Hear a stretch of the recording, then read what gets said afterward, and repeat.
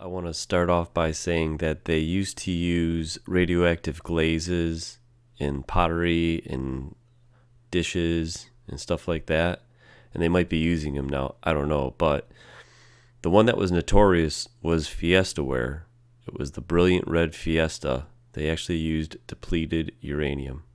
The brilliant red Fiesta is known as having a detectable amount of uranium in its glaze, which produced an orange-red color. During World War II, the government took control of uranium for development of the atom bomb and confiscated the company's stocks. Homer Laughlin discontinued Fiesta Red in 1944. The company introduced Fiesta Red in 1959 using depleted uranium rather than the original natural uranium after the Atomic Energy Commission relaxed its restrictions on uranium oxide. Now, red is not the only color of vintage ceramic glaze that's radioactive. It is detectable from other colors, including ivory. The levels of radioactivity of vintage Fiesta ware has been published and is available online. The EPA, United States Environmental Protection Agency, warns consumers not to use radioactive glazed ceramics for food or drink. Others recommend against using such pieces for food storage, either due to the possibility of leaching of uranium and other heavy metals that are often present in some glazed glasses into food, especially acidic foods like tomato sauces and stuff like that. So this stuff is just bad news. Don't use it. January 23rd, 2017, and I have got myself a radioactive ashtray or candy dish. I guess it could be used for either or. Well, here you go. Isn't it ironic that if it is an ashtray, that you could take your radioactive cigarettes, because they grow it with the radioactive fertilizer, and you could put it in this radioactive ashtray, or you could use it as a candy dish, and which I wouldn't advise, but it's possible that these are used as candy dishes also, because people don't know. It's probably most likely a ashtray because of these little lips on it. So what I'm going to do is I got my new Inspector EXP, brand new, so it's calibrated. If anybody wants to complain that it's not calibrated, I've only had it for about a month. And here's the typical CPMs in the burbs of Cleveland, Ohio, which is like about 30 CPMs. So with this one, the sensor is actually in this unit right here. So let's put this down and see how high it goes up.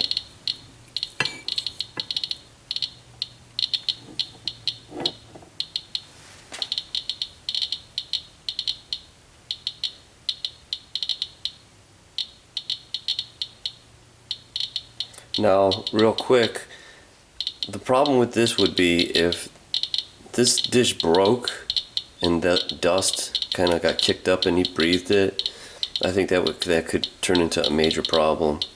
So you want to be careful with these dishes. Don't even use them, but you wouldn't know you have them unless you got a Geiger counter. Now, the clear glass, if you use a black light, they'll actually glow. These don't. And usually Fiesta ware, they were using orange glazing, so I don't know why this blue is like that. So we'll flip it over and try the other side though.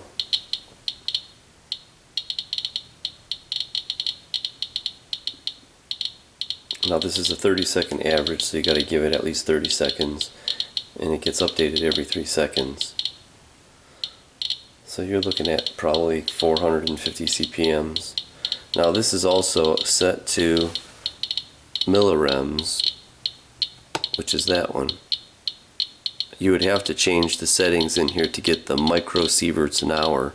I'm not doing that. See, millirems per hour. I'm going to stick to the CPMs.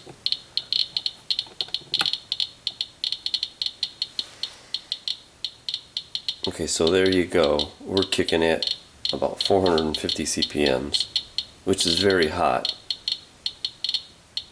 Now, if you got this candy, and it's being stored in here, would you eat this candy if it's been in this candy dish for months on end?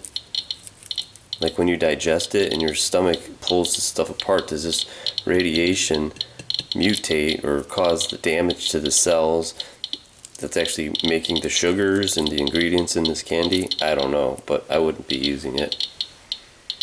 Alright, so we get the point on this. Let's take this and turn it around and see what happens on the other side, because it's actually a different color.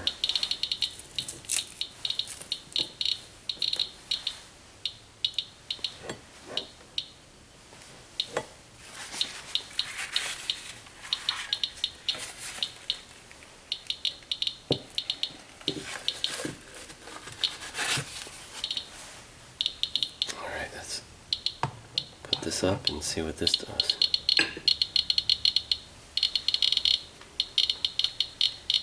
It sounds like it's hotter. So actually that blue might be nothing and it's acting as a shield. That's why it's a lower reading on the other side.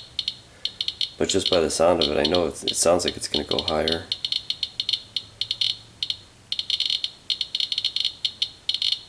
Which it does. There you go. This one's over 500.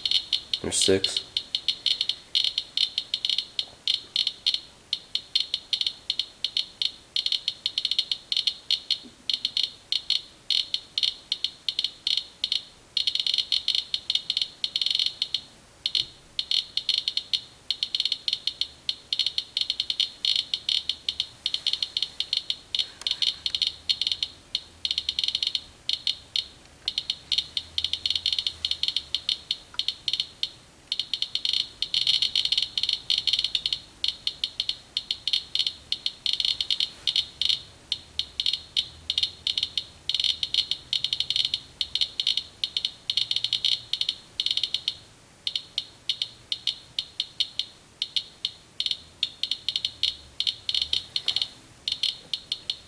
Alright, well I guess you get the point.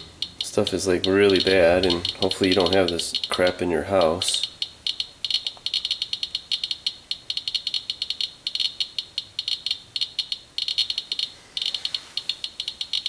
Maybe those ridges or something. Let's go against the side here.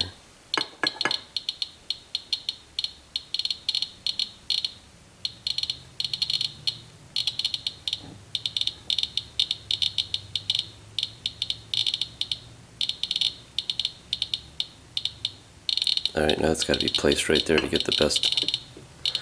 Alright, well you get the point that there is radioactive stuff that's all over in our lives, which I guess this is how we evolved, but I guess you just got to be careful with this stuff, because what you don't see, looks can be deceiving. You can't see this stuff. And actually right now I'm getting a headache from the stupid noise, or these energy bombarding my brain.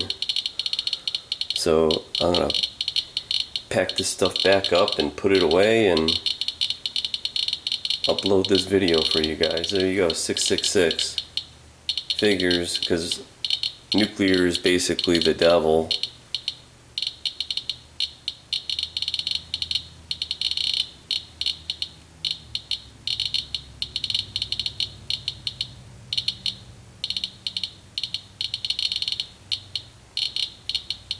Thought we were going to hit 700, but it is just slightly under 700 counts per minute.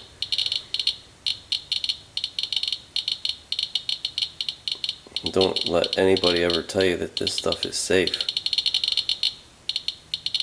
I mean, if they think it's safe, tell them to store their candy in some radioactive candy dish and tell them to feed it to their kids willingly.